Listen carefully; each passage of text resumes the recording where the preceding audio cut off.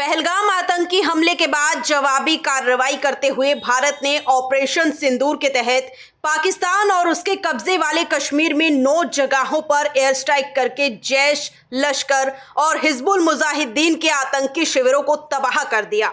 भारत ने स्पष्ट किया था कि उसने सिर्फ आतंकी शिविरों को टारगेट किया और पाकिस्तानी सैन्य प्रतिष्ठानों या रिहायशी इलाकों को निशाना नहीं बनाया। गेंद पाकिस्तान के पाले में थी कि वो तनाव बढ़ाना चाहता है या शांति का रास्ता अख्तियार करता है। उसने तनाव बढ़ाने की कोशिश की और भारतीय सैन्य प्रतिष्ठानों और रिहायशी इलाकों को ड्रोन और मिसाइलों से निशाना बनाया। हालांकि पाकिस्तानी हमले को भारत के मजबूत एयर डिफेंस ने हवा में ही तबाह कर दिया। भारत की सेनाओं ने जब इस उकसावे का जवाब देना शुरू किया तो पाकिस्तान की एक न चले।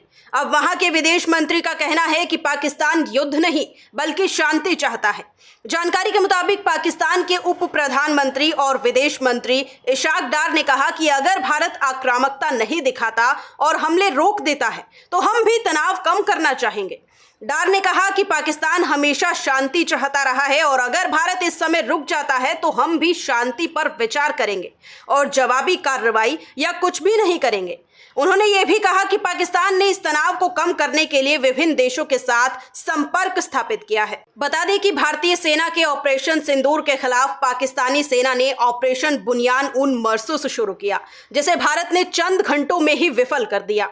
पाकिस्तान ने अपने ऑपरेशन के तहत भारत के उधमपुर, पठानकोट, बठिंडा और भुज एयरफोर्स स्टेशनों को निशाना बनाया, लेकिन उसकी मिसाइलें भारतीय वायुसेना के एयर डिफेंस सिस्टम के सामने नाकाम रही। पाकिस्तान ने इन हमलों के लिए अपनी हाई स्पीड मिसाइलों का उपयोग किया, जिन्हें भारत के एयर डिफेंस ने हवा में ही तबाह कर दिया।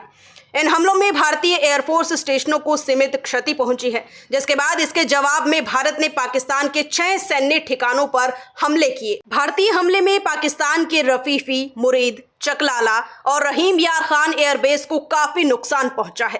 भारतीय सेना ने इस दौरान आम नागरिकों और संरचनाओं को कोई नुकसान न हो, इसका पूरा ध्यान रखा। जानकारी के मुताबिक भारतीय वायुसेना के लड़ाकू विमानों ने अपने सटीक हमले में पाकिस्तान के तकनीकी संस्थापन, command and control centre, radar sites और हथियारों के भंडारण को तबाह कर दिया है।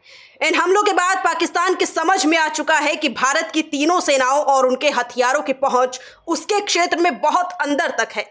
इसलिए इशाक डार अब तनाव कम करने की गुजारिश कर रहे हैं। वहीं आपको बता दें कि ऐसा पहली बार नहीं है जब भारत द्वारा पाकिस्तान को उसके औकात दिखाए जाने के बाद वहां के किसी मंत्री ने अपने कदम पीछे खींचने की बात की हो।